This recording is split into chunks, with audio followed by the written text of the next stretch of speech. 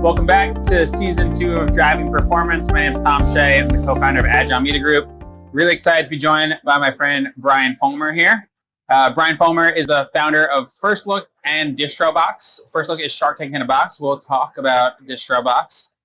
Brands that have been through the FirstLook system include New School, Source, Cadence, BelliWelli, Mosh, many more.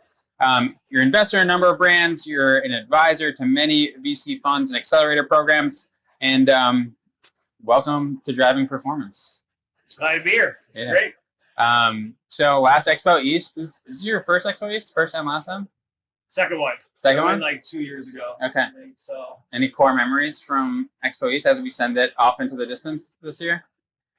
I don't have as many samples as I did last time. That's but true. I haven't been as aggressive. I over 8 last time. It was a lot. Last year I had the Yumi bag and brought a whole separate suitcase for my fiance, and she's gonna be pretty pissed if I don't come back with that again this year. My wife, she's the CTO at FirstLook, Chief Testing Officer. Okay, right. As one does. Yeah, she gets. So she wanted me to get samples. Did she have to apply for that? No, she knew the right people and just kind of got in. Right. So, Nepotism. That makes sense. Exactly.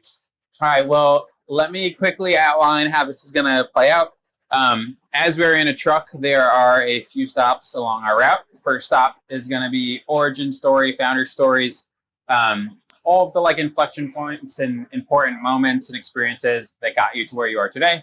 Yeah. Then we will dive deep on FirstLook and Distro, which I'm excited to chat about. And then we'll wrap with a game we call the Hot Box, which is a rapid fire this or that question style game modeled off the hot seat. So ready to dive in? Yeah, let's do it. All right. So where do you want to start? You want to start Abercrombie and Fitch days or before then? Let's hear it. I mean, I was at A&F, and then I moved over to Victoria's Secret International. Is this post-grad? Yeah, this is after school after college. And VS International is what got me out to New York City. And from there, I started working at XRC Labs, which now they're called XRC Ventures. And they're an accelerator that invests in retail tech, consumer brands, and marketplaces. And while I was there, I noticed we'd always get samples from these brands that we weren't even talking to. Right. This was pre-COVID when we still worked in an office. Right. And I figured, all right, if they're sending us products, and we're just an accelerator, we're not even a straightforward VC firm. Right. They got to be sending products like everyone else and their mother out there. And then it kind of just hit me one day. I actually remember the exact spot. I was bike riding in Battery Park, and it just hit me. I was like, there should just be a box that curates the best of the best brands each month and turns that one-to-one grind of trying to find investors and then individually shipping them samples into a one-to-many situation. Yeah. And couldn't stop thinking about it. And then finally, in the fall of 2019, just started going full time on it. And then launched officially in June of 2020. We started our first boxes out. Okay, cool. But the interesting thing was, so I was building our site, over winter. It was Tuesday, March 10th. I did my LinkedIn post. Hey everybody, come check out my new company I'm launching. That Thursday, March 12th was when COVID hit New York. Yeah, of course. And it was pandemic. That's been the theme of this season. I mean, we started right at the beginning of the podcast. Yeah. Or right at the beginning of COVID. I'm are you kidding me? As soon as I launched my new company, a global pandemic. Yeah, what are the odds? Oddly though, and I'll never say I was happy COVID happened. Yeah. Oddly though, it ended up being a blessing in disguise because all those, network events after work, where investors and founders bump into each other, totally stopped happening. Right. And FirstLook ended up becoming a great bridge for that gap and making those connections. Yeah. And so I think that was oddly a catalyst for how we got off the ground was a pandemic. Yeah. So we'll dive deep on FirstLook. So backing up to sort of the formidable life experiences, did you always know you wanted to be in the consumer space? I mean, you have generally, I guess, always been in the consumer space. So how did you think about just your career post-grad? So I actually went to law school after I graduated college. I didn't know that. Well, it's because I dropped out to start my first company. And took it off my LinkedIn. But while I was between first and second year of law school, I was interning at a startup accelerator in Cleveland. It was a technology startup accelerator, kind of like technology across the board. Right. And I was like, this is the greatest place on earth. Like all these founders were coming through, investors. I hear all these great conversations. Infectious energy. And then I had been working on an idea while I was in law school and submitted it like to the program and got in. So I went from employee to founder in that fall cohort and essentially dropped out of law school to do it. Didn't work out. Didn't have the traction to keep going, so I had to shut it down. But that's where I got my first taste of like startup world and being your own boss and building something from scratch. And so I jumped into corporate just for the sake of getting experience and not falling too far behind, the rat race of life. Yeah. But I always knew. Got to make money at some point. Yeah, exactly. I always knew I wanted to get back to the startup world and like build something of my own. It's just, I don't know, something I've always thought like, wait, you can just do whatever you want in life and like build whatever you want. Like, I'll do that. It's cool you got that experience because I think a lot of people just don't realize that's an option. And like, we're just so hyper optimized. Like, all right, what's next? What's next? What's the path to success? And, it's not something people really teach, at least in the academia sense. What was the company you started first during that accelerator? It's called Backer Bar. Backer Bar? BackerBar.com. All right. It was a... What was it? I'm going to use fancy words to make it sound cool. It was a platform that connected sports bars that support a certain team. So if you go to Chicago, right. You can find a New York Jets bar. Exactly. You can find, a Yankees bar. Sore subject, but... Yeah, exactly. Hey, we just lost Chubb, so... Dude, tough. I know. Tough. Brutal. Cleveland was shook the next morning. Yeah, that's tough. But, there's all these sports bars that support certain teams around the U.S., and we basically made a website where if you're a transplant or, visiting another city, you can find that bar that your team, wherever you support. And then we connected, the alumni and fan groups of those cities. Okay. And then the bar owners themselves could like post their specials and kind of talk about, their bar. Speak to their community. Yeah. Unfortunately, this was like 2012 before it was easy to make websites. And, Right. we just couldn't get enough traction or get it far enough to like keep building it, which I still think it's a great idea, and no one is yet to up for grabs. Yeah, no one solved it yet. So, so especially the Cleveland Browns have a huge backer bar network. Yeah, which is kind of part of the inspiration why I started it. Cool. So. And then, so fast forward a little bit, you go to corporate America. When did FirstLook really become like your life? Like, was this something you were building on the side alongside your day job and nights and weekends for a while, or how did that play out? Yeah. So when I was working at XRC Labs, basically was working on FirstLook at nighttime. And I remember the one time I embarrassingly left a FirstLook name tag on my desk. And my boss comes in, she's like, "Oh, what's FirstLook?" Like thinking, it should say XRC Labs on it. Right. And I had to like explain, like, "Oh, it's just like a little thing I'm just like testing out on the side or whatever." But I basically did it in parallel, and then finally, fallish, like October of 2019, just like, all right, I'm done with the accelerator. Like, let's just give this FirstLook a try. All right, cool, so, nice. All right, so let's stop too. Let's talk about FirstLook and DistroBox. So let's start with FirstLook. Let's hear it. Describe FirstLook in your own words. Short answer is we're Shark Tank in a box.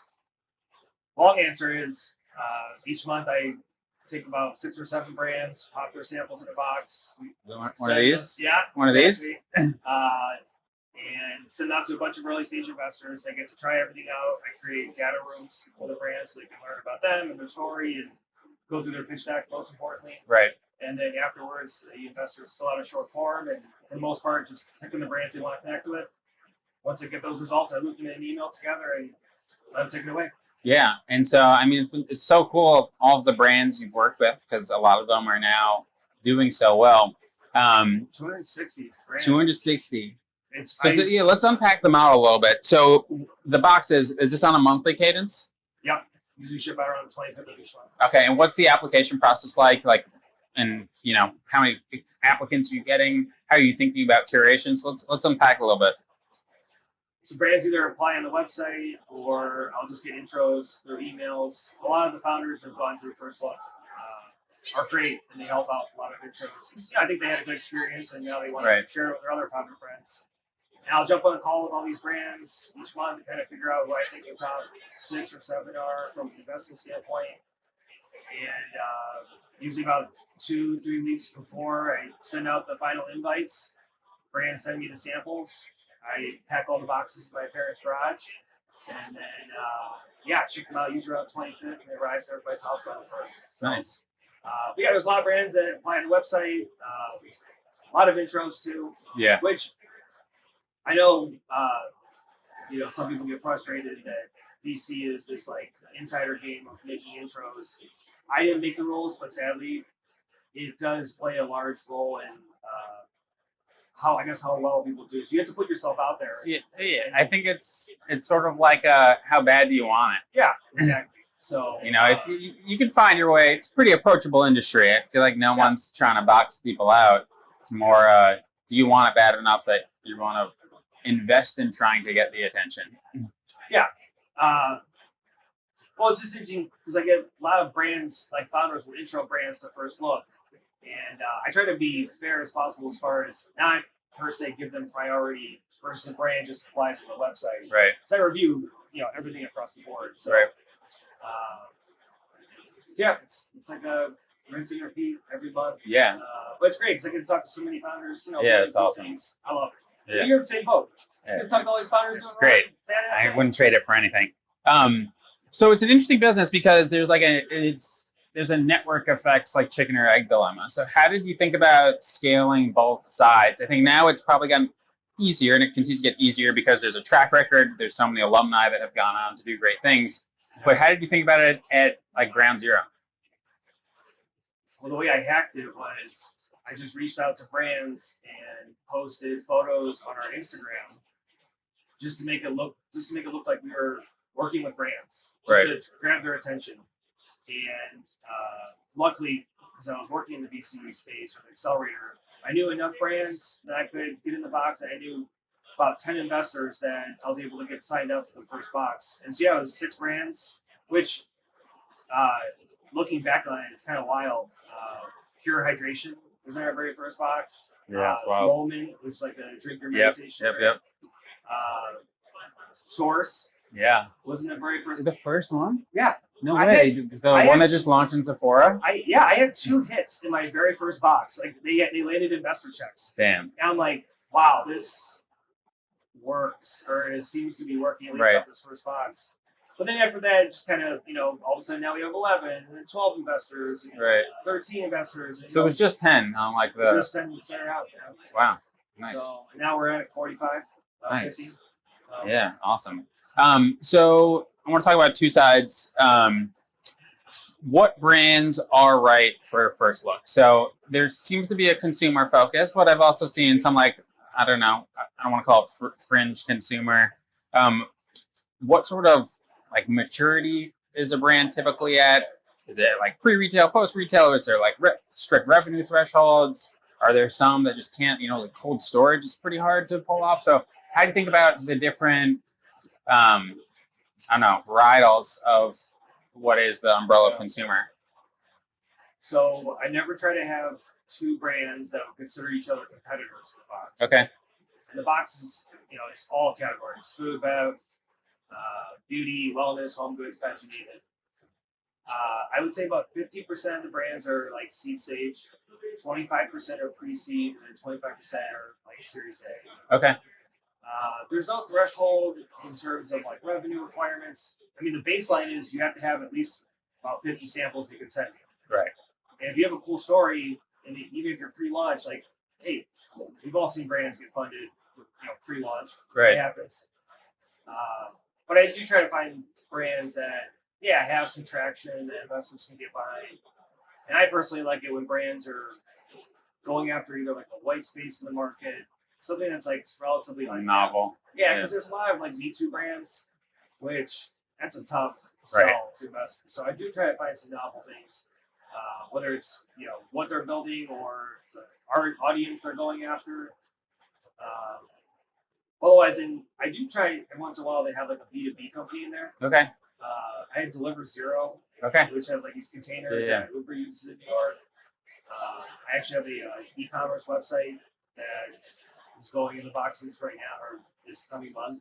Where it's an e-commerce website, but they have their own subscription boxes of products, and so we're putting that box inside of my box, which is different. But you got to test and learn. And, Yeah, totally. Why not? So as long as there's a physical product, whether you're B2B or B2C company, Yeah, it's good enough for eligible. And what's the experience like as a brand? So it sounds, and I'm sure this was an evolution, but now you're sort of setting them up like, here's what investors expect almost. Like you're doing some level of education. Like this is what you sort of need to be able to raise successfully. Give me the data room, give me some metrics, things like that. So what is the experience like? Obviously, brand starts by applying. Sounds like there's some post acceptance elements. And then are they like accompanying things in the box with like a story? Like, so what's the experience A to Z for the brand? So give them the green light to jump in, send me the samples, and then between when the boxes go out and when I send the invite, I'll sit down with each of them and do a full pitch deck review. Okay. Which I teach classes on pitch decks at Techstars. And I try to instill everything there with the brands because I want them to do well. Right. And I'll go slide by slide with them and essentially give them my thoughts, like what I'm seeing. Here's questions that you should probably be prepared for based on what you have on the slide. And then I'll also tell them, like, here's the tough points that are going to, like, investors will probably get hung up on. And some things it's, just like your valuation's just too high. Right. Or it's high and, I always tell them for brands that have high valuations, like there's a sucker around every corner. Right. And you may be able to close your round at this valuation, but a lot of the first look investors, CPG is the number one focus. They bring a lot of value add, and they're smart investors, so they might not bite on this. Just letting you know. Right. Try to be as transparent as possible. Yeah. I mean, there's information asymmetry. You have more at bats or more visibility into a lot of the categories and like what's working and what's not than probably the founder themselves. I sit right in the middle of the table, right between the founders and investors, and sometimes I jump on one side or the other. So we do pitch deck review, and then the boxes go out. I create a brand page, like a data room essentially for the brand, so the investors can jump in and look through everything, and then fill out that form and make the connections, and that's that. So, nice. And then on the flip side, let's talk about the investor experience. So who is right for subscribing to a FirstLook box? Is it something you try to be very intentional and curate, or is it like, Tom Shea can subscribe to FirstLook? Sorry, but you probably could not. Maybe, I don't know, I guess if you're writing big enough checks. I'm broke. The minimum kind of threshold I hold with them is you're writing at least 3 checks a year for a minimum of $25K. Got it. If you're not at least deploying $50 to $75K a year, FirstLook's probably not a fit for you. Which, don't get me wrong, like, bless anyone's heart for wanting to write a check into a risky startup. I get it. But that's kind of the threshold, because I don't want to waste the founder's time, and you want to meet investors that write significant. Obviously, the VCs, the family offices can write checks into the millions, but as far as the angels who get the box go, that's kind of the threshold. Yeah, got it. What are some of the favorite stories or outcomes, just like a sampling of experiences you've had with brands that have gone through it? There's a Tim Tebow one in there. Yeah, Tim Tebow was a fun one. We send boxes to Endeavor's venture arm. Oh, Sharif or Alex? Is it Noah and Colby and then Vince, but he just left. Got it. And good people. Yeah. Or not Noah. Did I say Noah? I mean Joel. Yeah. They connect. They love getting the brands, and then they like New School, and they knew Tim Tebow was looking for a brand to get behind that was, aligned with what he brings to the table, and they looped them together, and all of a sudden it's like Tim Tebow's now joining New School and writing a check, and I was like, this is awesome. That's sick. So that was a good win. I just had a brand called Soshi. Okay. Actually, it's like a mascara and lipstick company that has these sustainable refillable inserts. Okay. They're like, I don't know, lipstick tubes, I guess. Yeah. Actually, well, but I looped them in with Bold Ventures, which is L'Oreal's venture arm. Okay. And they didn't invest, but they did invite one of the founders to speak at L'Oreal's Global Summit in sick. Paris. Yeah, great exposure. On the sustainability like segment of their stage, I guess. And yeah, like she emailed me. She's like, "You're not gonna believe this. I got invited because of your intro. I got invited to fly out to Paris and speak on this, stage in front of all these people." Right. And she's like, "Thank you. Like this was awesome." Yeah. So that was like a recent one. That was fun. Otherwise, though, a lot of checks I think are always great as far as just funding for brands. Right. We have one brand. I don't know like the details are totally finalized yet, but I'm pretty sure Kyle Kuzma. We can post produce edit if we need to. Kyle Kuzma is. I don't know if the contract or the ink has dried yet, but Kyle Kuzma is investing in a brand that went through FirstLook. Nice. And he's gonna join the brand and be a part of it. Oh, awesome. Was that through Endeavor? No, that was just I sent a box to his agent. Who's actually one of my best friends. Awesome. Austin Eastman. He's great. Shout out Austin. So yeah, Austin, you man, appreciate it. Cool. So yeah, there's a lot of fun stories, but obviously the goal is always to have the brand land an investor check. Totally. A lot of other great things coming. Yeah, that's so awesome. It's there's no situation where people are like, fuck Brian, like it's all upside. It's all like, it's good for you. You've put yourself in a position to be a giver as opposed to a taker, which I think is awesome. Well, it's like whenever people are talking, I think my mind is just hardwired to like, oh, you should talk to so-and-so. I need to connect you. It's I don't know, it just kind of comes naturally. So kind of nice to have FirstLook where I just need connections all day. Yeah, awesome. I know you're a humble guy, but summary statistics on like FirstLook, check amounts, companies that have gone through. You got them off the top of your head? I think 43 investments now, or 43 checks have been written for a total of about 8.8 million, just shy of 9 million. The issue I have with is, and that's 43 investments that I can definitively track. Right.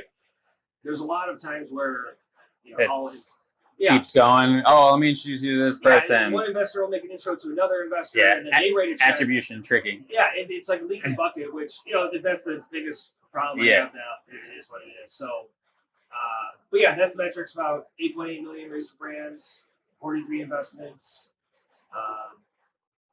and probably a lot of other cool things that I'm not even aware of that are happening. Yeah, it's awesome. Have you ever thought about like raising a fund or getting involved?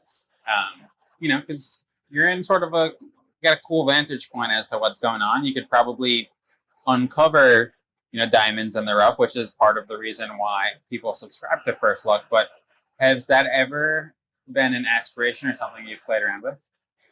I did start FirstLook Ventures already, which is our investor group. We're all pulled together at S2E5. Okay. The challenge with that right now is a lot of the investors I know are professional investors. Like they look at decks all day, so they have a high bar. And a lot of the other syndicate groups or investor groups out there, the ones that do well, it's more so just wealthy people trusting in, a manager or two to say this is a good deal. Right. And they're like, okay, great, here's 50K or here's 100K. I have the challenge, people are very sophisticated when it comes to investing. So, I'd love to start a fund one day. My thesis is, sometimes the consumer exits aren't as big as we want them to be. And as you know, with the how the VC power law works, one winner is going to cover all your losers. Right. So I think what's going to happen over time, or at least it's going to happen more going forward, is when you look at the buckets that LPs care about in investing in a new fund manager. First one is what's your deal flow and access look like? What's your track record? And then what's your value add? Value add is traditionally always taken a back seat to the first. But I think going forward, there's going to be a bigger onus on fund managers to ensure that not only do you have less losers, but you give your investments a better chance of winning. And you're seeing it right now where there's very interesting people showing up to the space, bringing value adds that are much different than things we've seen over the last decade or two. Right. And so my theory is, or at least I hope, is that with FirstLook continuing to hopefully do well, and then Distro Box becoming a bigger player, my value add will be any brand I invest in, I can help them raise quicker and get on shelves and get on these distributor radars, while they get sales quicker. Cool. And actually significantly move the needle for a brand, ensuring I have less losers and my winners become winners quicker. Totally. All right, perfect segue into DistroBox. So DistroBox new to me. I'm excited to learn more. So much like we started this conversation at the top, how would you describe DistroBox? Very similar to FirstLook.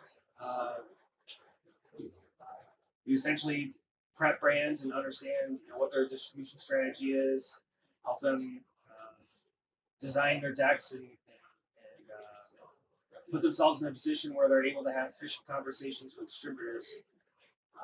So once they're all prepped and ready, we'll put their samples in a box and send those out to independent distributors like DSD, shops, and they try everything out. Similar to FirstLook, we create a data room for the distributors.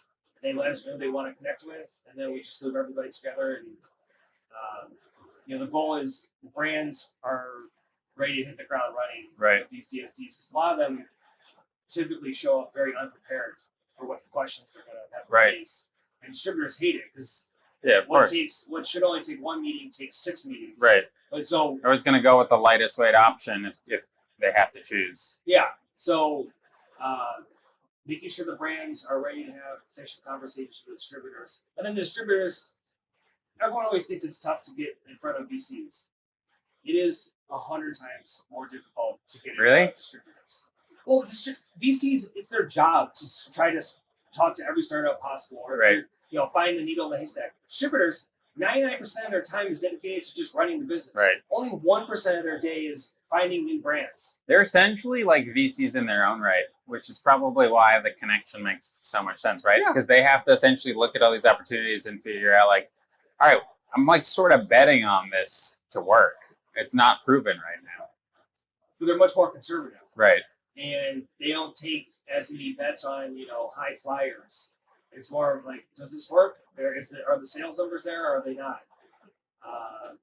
Obviously, they have incentive where if a brand does do well and exit, they get a little upside. From like a revenue standpoint. Right. But DistroBox is relatively new. We've been working on it for about a year now. Okay. I started working closely with my buddy Chase Seplack. Okay. Yeah, I know. You know Chase? Yeah, I do know Chase. He's a man. Yeah, he's a good guy. Well, when I moved back to Cleveland about a year and a half ago in April last year, and he lives in Cleveland, just started going over his house and having beers on his back patio, and a few beers led to like, we should just take the FirstLook model but apply it to the distributor world. Right. I was like, yeah, let's do it. Why not? Love it. So for folks who are interested in DistroBox, completely separate from FirstLook, right? There's not like you need to go through FirstLook or anything like that. Okay. And similar model though, like, application process, data room, all that stuff. Yeah. Brands apply. What do you think distros are like looking for that VC, like the difference between what a VC is looking for versus what a distributor is looking for? Distributors really don't care, I think, as much about the potential upside. Obviously, they want the brands to do well because they'll make more money from sales. But they're more simple. They don't take in as many variables, I think, as a VC considers. And it's really just, is this going to move? Because I don't want it sitting in my warehouse. Right. It does. Right. So, and they don't get caught up with, who's buzzy on Twitter. Or, right. They don't care about if it was up to pretty them, objective. If up to them, they would just do energy drinks and water. Right. Like all these new seltzers and everything, which I think are still going to be a big story, but they don't get caught up in the what you kind of hear in the VC. Totally. VC bubble, I should say. Yeah. So. And how, as you're prepping these brands, how do you? It's hard to know if something's going to move, right? So, like, what, as a brand, how do you best position yourself to tell the right story? Like, what are they relying on? Is it like, okay, here's our success on D2C? What are they trying to index on, the distributors? All they care about is your chain authorizations. What is it? Chain authorizations? Yeah. And so unpack that for people, if that's jargon for people. So it's kind of a chicken and the egg issue for brands. Say you want to, expand into Florida. You want to be in Publix. Right. Publix is, in some cases, going to ask you, well, who are the distributors that are carrying you that our Publix stores are in? On the other side, the distributors are asking you, well, which chain stores are you in that we distribute to? Right. So you have to figure out how to win over one or the other first. And obviously working with the big broadline accounts like Unify and KE help with that. But to, I think, build a truly large beverage business, for example, you eventually have to go down to that street level DSD network. Right. You have to leave the broadliner accounts, the Unifies and KEs, which if you look at all the companies that have had exits over the last few years, like Celsius or whoever, they all have really strong DSD networks. Right. And eventually you have to leave the broadline accounts and work with the small DSD shops. Yeah. But it's a chicken and the egg, and we're going to try to solve for that if we can. Yeah, I love it. Is there going to be a co-pack look box at some point where people can find co-packers? I actually am working on another. Got another box? Yeah. Dude, you gotta create an umbrella box group.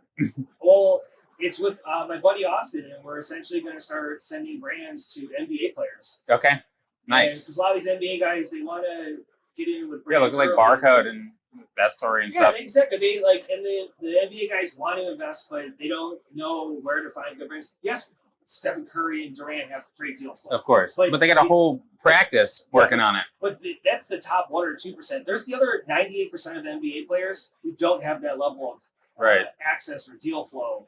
And and they also just don't know what is a good brand and what's not.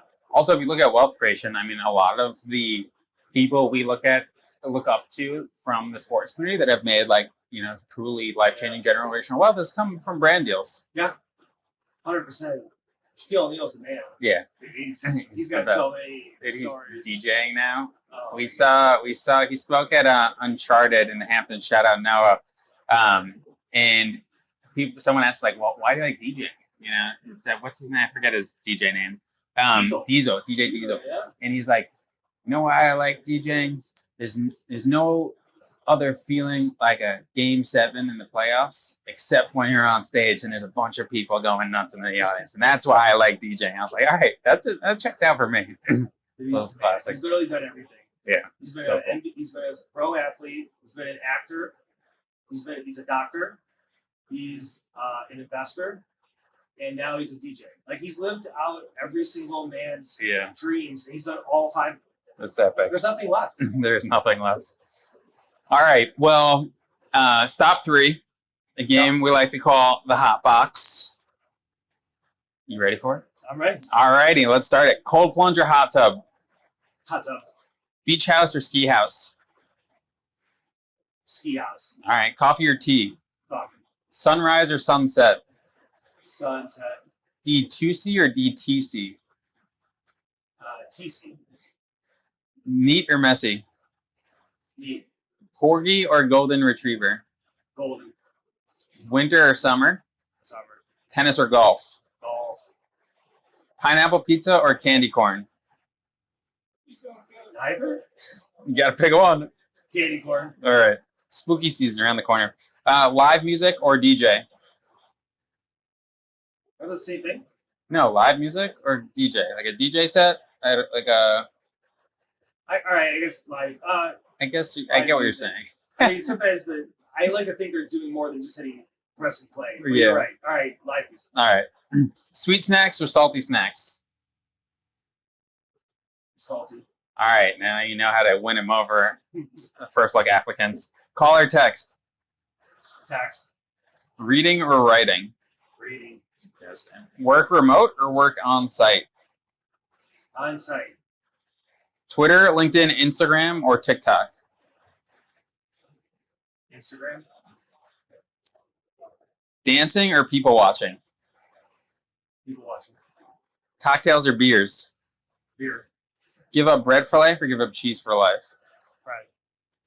Wow, conviction on that one. Board games or video games? Video games.